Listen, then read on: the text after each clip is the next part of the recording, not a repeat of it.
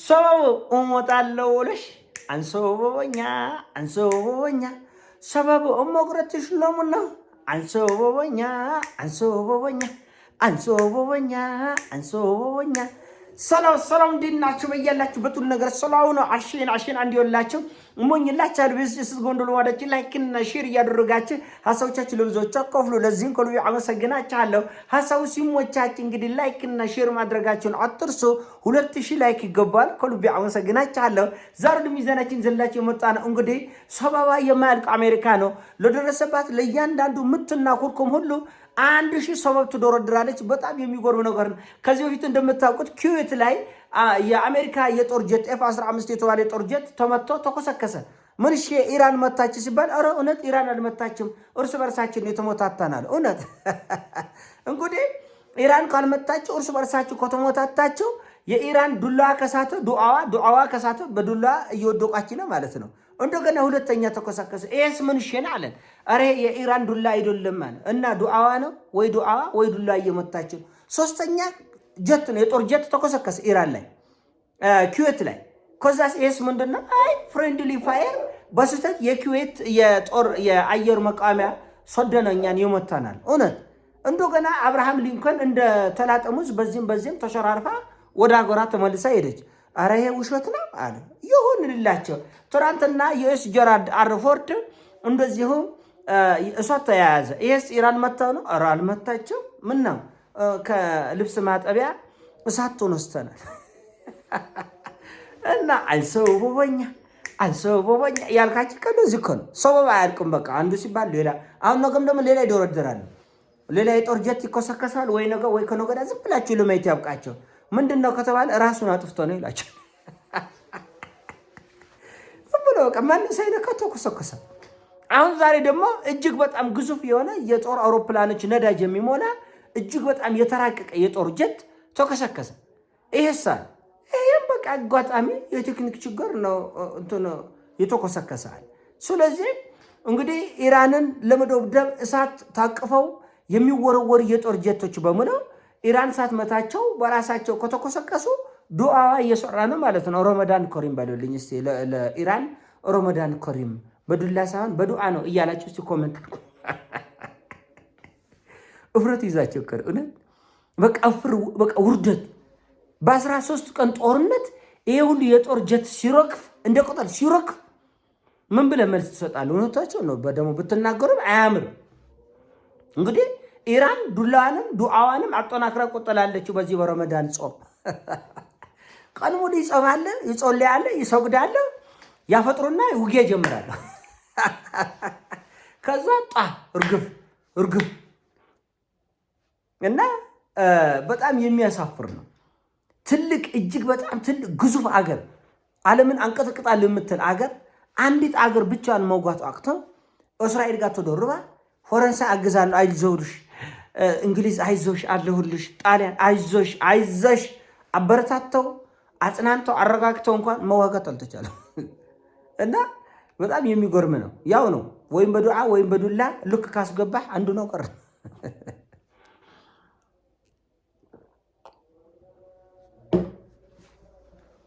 ስድስትም ክሩ ሜምበሮቹ ሞተዋል። ስድስቱም አሁን ዛሬ በተከሰከሰው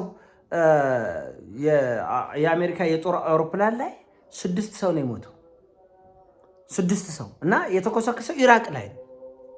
በእርግጥ ኢራቅ ላይ ያሉ የኢራን ደጋፊ ተዋጊዎች አሉ። እነሱ ነው እኛ መተነው ጠነላን ብለዋል። አሜሪካኖቹ ማንም አልመተውም ራሱን አጥፍቶ ነው ብለዋል። በአዘነ የሰሞኑን ነዳጅ ጨምራል። በእርግጥ ፕሌኖቹም የጦር ጀቶቹም መሯቸዋል። ሰልፉ በዚህ በተወደደ ነዳጅ ቀርተን ነው ወይ ወተን ምን ገባው ብለው እኮ ራሱን አጠፋ ሲጣረቃሉ። ማንም አልመታም። እሺ ማንም አልመታውም። እንዴት ተከሰከሰ ሲባል በቃ ያው ባለፈም ኩዌት ላይ 3 ጀት ተከስክሳል። አሁን ደግሞ ይሄኛው ግዙፍ የጦር ነዳጅ ጫኝ ነው። ጦር እንትኖች ሌሎች ጀቶች ሲዋጉ ነዳጅ ሲያልቅ አየር በአየር ይሞላል። አንዱ ለአንዱ ይሞላለታል፣ ይሄዳል። ሌላ ነዳጅ ያለቀበት ይመጣል። በጣም የሚያስደንቅ ቴክኖሎጂ የተገጠመለት የጦር ጀት ነው። ይመጣል፣ ከታች ያኛው ይቀመጣል። ይሄ ደግሞ ቱቦን እንግዲህ አስቡት፣ ሰማያት ላይ ሆኖ ማለት ነው ይልኩለታል። ይሞላዋል። ፉል አድርግልኝ ይለዋል። ፉል ያደርጉለታል። ደግሞ ሄዶ ኢራን ይደበድባል። አሁን ይሄ የጦር ጀት ምንሼ ነው ሲባል አይ በብስጭትና በሐዘን በነዳጅ መወደድና በወረፋው አዝኖ ራሱን አጠፋ አሉ እኮ። ምክንያቱ ምንድን ነው? ተኮሰከሰ። ለሁሉም ምክንያት አያጡም። አሁን አብርሃም ሊንኮን የት አለች እስቲ አሳዩን ብትል ማንም አያሳይም። ተሸራርፋ እንደ ሞንደር ሰካራም በዚህም ተፈንክታ ወደ ሀገራ ገብታለች። እና ያውቁታል፣ ኪሳራውን ያውቁታል። በእርግጥም በየቀኑ ሲስፋየር እያሉ የሚለምኑት ከመሬት ተነስታ አይደለም፣ ዱላ ስለበዛ አለ።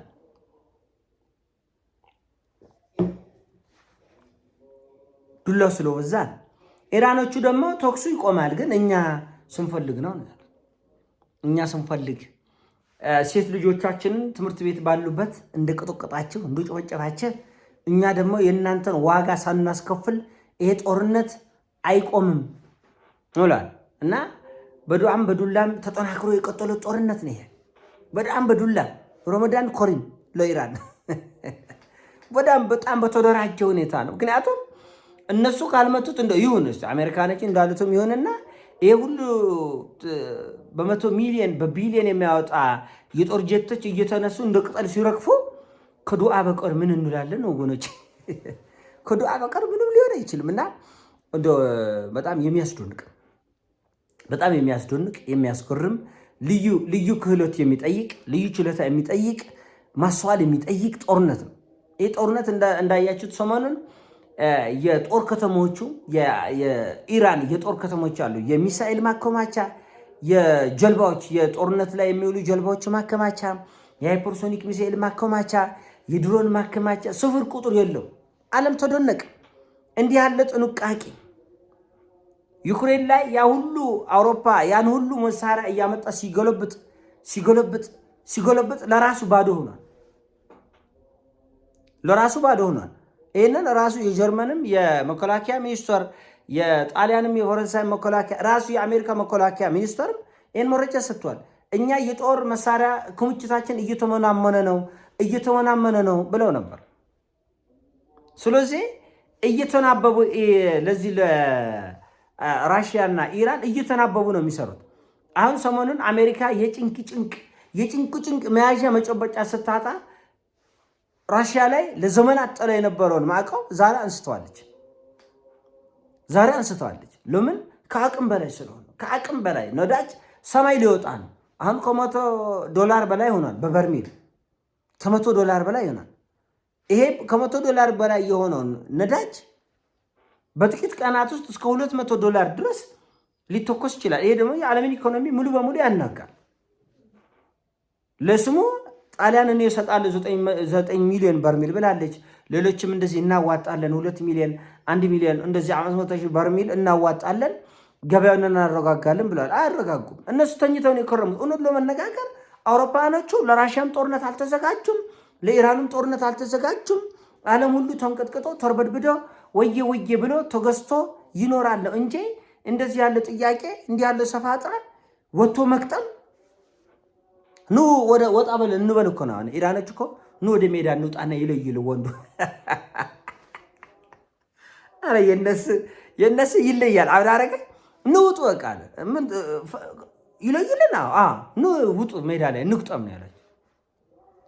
ከዛ በቃ ዱብ ይላል። እንደ ወረደው በልጅነቱ በረሃ ለምደው እንካቅመስ ነው እችን ቁመስ እችን አይታል በየአይነቱ ነው። እችን ድሮን ቆምሳል አልቆመስክም። እችን ቁመስ እችን ሃይፈርሰን ቆምሳል እንደ ከዚህ በፊት አልቆመስክም። እችን ቁመስ እና የማይሆን ነገር ለሚስት አትንገር። እዚህ አፍሪካ ላይ መጥፎ ልምድ ለምደዋል። በእርግጥ አረብም ላይ ለምደዋል። አረቦቹም ላይ ለምደዋል። እንደፈለጉ መፈንጨት፣ ማፍረስ፣ እርስ በርስ ማናከስ፣ ማፋጀት፣ ከዛ መሃል ደግሞ ሀብታቸውን መዝረፍ ዘረፉ። ፔትሮ ዶላር እችን ጭዌ ሌላ ጊዜ እንጫወታለን። ፔትሮ ዶላር በዓለም ላይ የሚያስደንቅ በአረቦቹ ምክንያት የአሜሪካ ልዕልና ተጠበቀ። የአሜሪካ ልዕልና በፔትሮ ዶላር ነው የተጠበቀ። ይሄ በጣም የተራቀቀ ኢኮኖሚያዊ አሻጥር መካከለኛው ምስራቅ አሁን ወደ መቆመቅ ይዘት እየገባ ነው እና በእውነቱ በዱዓም ሆነ በዱላ የተሳካልሽ ኢራን ረመዳን ከሪም ብያለሁ። በያላችሁበት ይመቻችሁ። ፒስ